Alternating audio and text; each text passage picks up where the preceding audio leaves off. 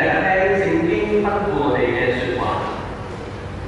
耶和華是良善正直的，因此他必教導罪人走正路，他要按公平引領謙卑人，將他的道指教他們。凡遵守他的約和他法度的人，耶和華都以慈愛信實待他。讓我哋一起，我哋去歌頌讚美我哋嘅上主。我哋今日請各位我哋敬拜隊帶領我哋有陣先嘅環節。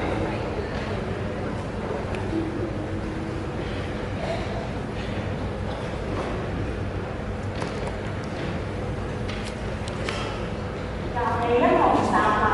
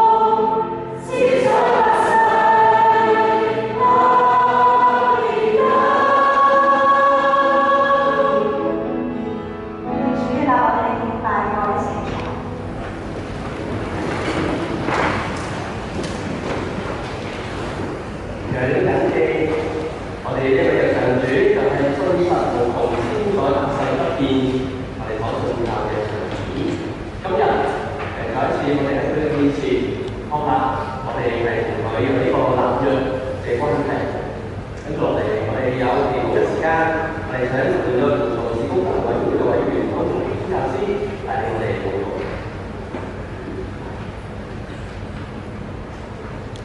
各位弟兄姊妹，讓我們同心嘅祈禱。創造天地萬物的父上帝，主耶穌，你好明白我哋人生嘅軟弱，我哋好需要依靠上帝嘅恩典，同埋弟兄姊妹彼此嘅守望，互相嘅扶持，先能夠可以過住一個有紀律嘅基督徒嘅生活。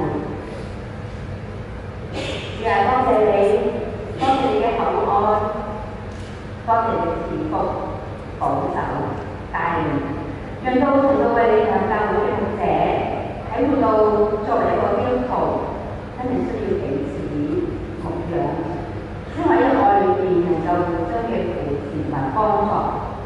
因為我哋好想做個嘅同你聯合嘅兒女。感謝你喺2002年，我哋成立一個嘅彼超會嘅事工，就係民約唔同小組。主啊，唔經唔覺，我哋經過咗14屆唔變上嘅感恩，嚟到嗰個日子，我哋一班嘅弟兄姊妹彼此嘅守望，彼此嘅扶持，變上感恩。主啊，我哋又到咗一位參加民約嘅無論牧者弟兄姊妹。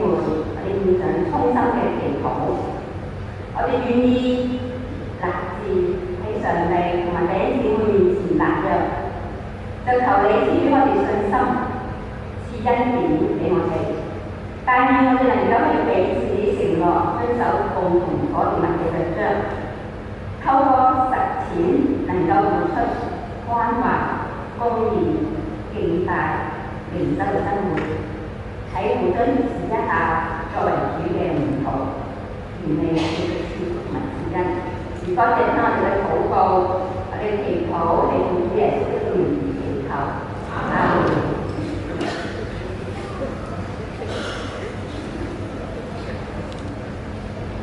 而家聆聽上帝佢説話嘅時候，我哋請我哋嘅委員同我哋弟兄嚟讀聖經嘅説話。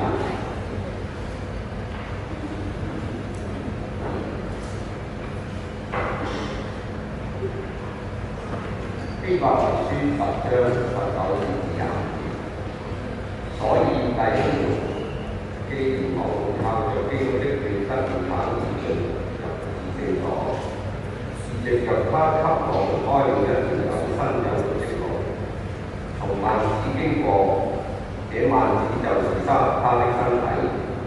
既然我們有一位偉大祭司治理上帝的家，那麼我們該用誠心和充足的信心，同以無潔淨、無虧的良心和清除世上的身體來親近上帝。我們要堅守所宣認的指望，毫不動搖，因為應許我們的那位是信實的。我們要彼此相顧，激發愛心，勉勵行善，不可停止聚會，好像那些停止慣了的人，都要彼此勸勉。既然知道那日子臨近，就更當如此。